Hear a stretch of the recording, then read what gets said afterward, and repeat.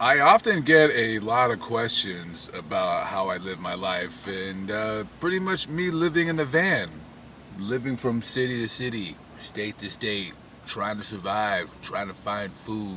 Where am I going to go next? What am I doing? Why is she wearing that dress when it obviously doesn't fit her?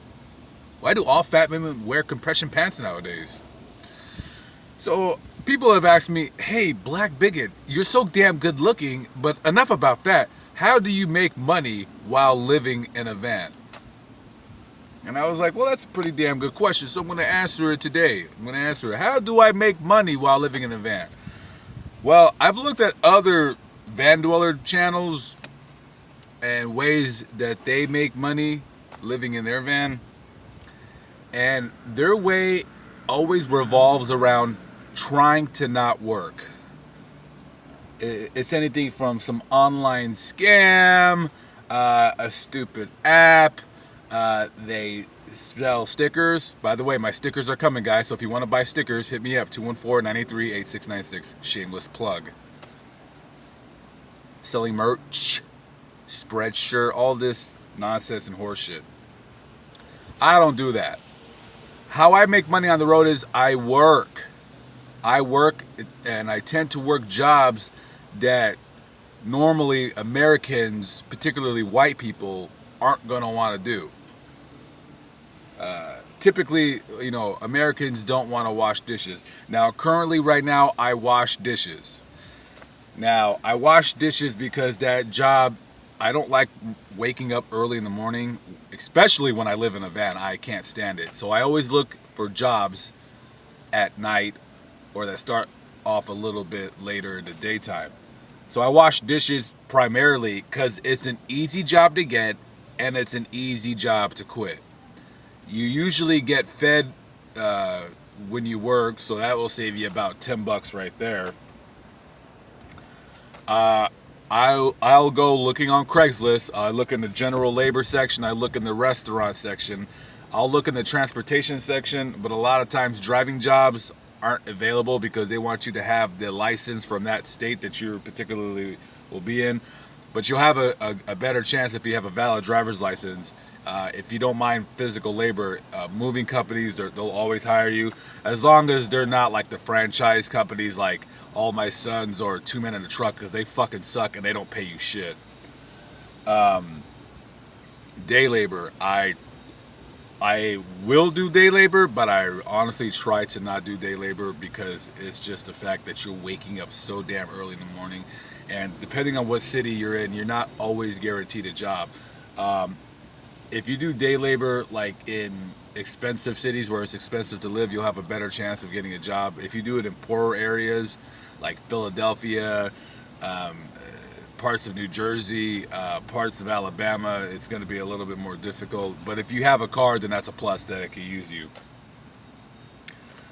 Temp agencies are a great place to find a job. Let me explain. There's work everywhere. There is jobs and work everywhere. Now, sometimes there's not always jobs, but there's always work. What I mean is, so when I was in Philadelphia, there wasn't a lot of jobs in Philadelphia, but you could make your own work in Philadelphia. Something that I do, I don't do anymore simply for the fact that it's easy to gain weight while you do this, but I'll wash windows for food. Now, I don't ask for money, but if I'm hungry and if I'm broke, which I'm never broke, but because I'm always working, but if you're hungry and you don't have any money, and you can tell your kids to do this if you want, or whoever the hell, go up to a pizza place. Hey, can I hit your windows for a couple slices of pizza? I've done that before. I got fat doing that, so I don't want to do that anymore. I don't do any online crap. I don't have patience. I don't have time to sit at a computer with blurry eyes all day. It's mainly manual labor. You could always try. I've seen guys do this standing outside Home Depot. Usually, illegal aliens do this in California and Las Vegas. So they got the market down pat over there. Standing out in front of a Home Depot, depending on what you know how to do, you could always find work.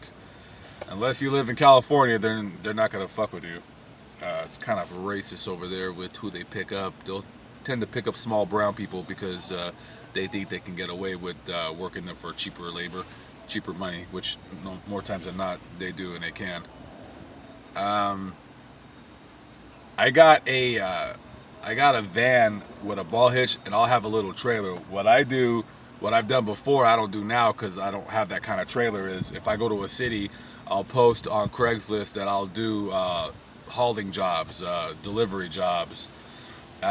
If you post enough on Craigslist, like let's say if you got like a little trailer, a little van, or just a van altogether, and you could like fit a couch, just post on Craigslist. Hey, I'll move your stuff for 40 bucks wherever you're at. And if they're close enough to you, you know, maybe you can get 1 or 2 hits a day. I've done that. Another thing that I want to get into is selling crap on the side of the road. I've always wanted to do that. I just don't have the patience to just sit there and wait for people to buy my stuff. That's basically it.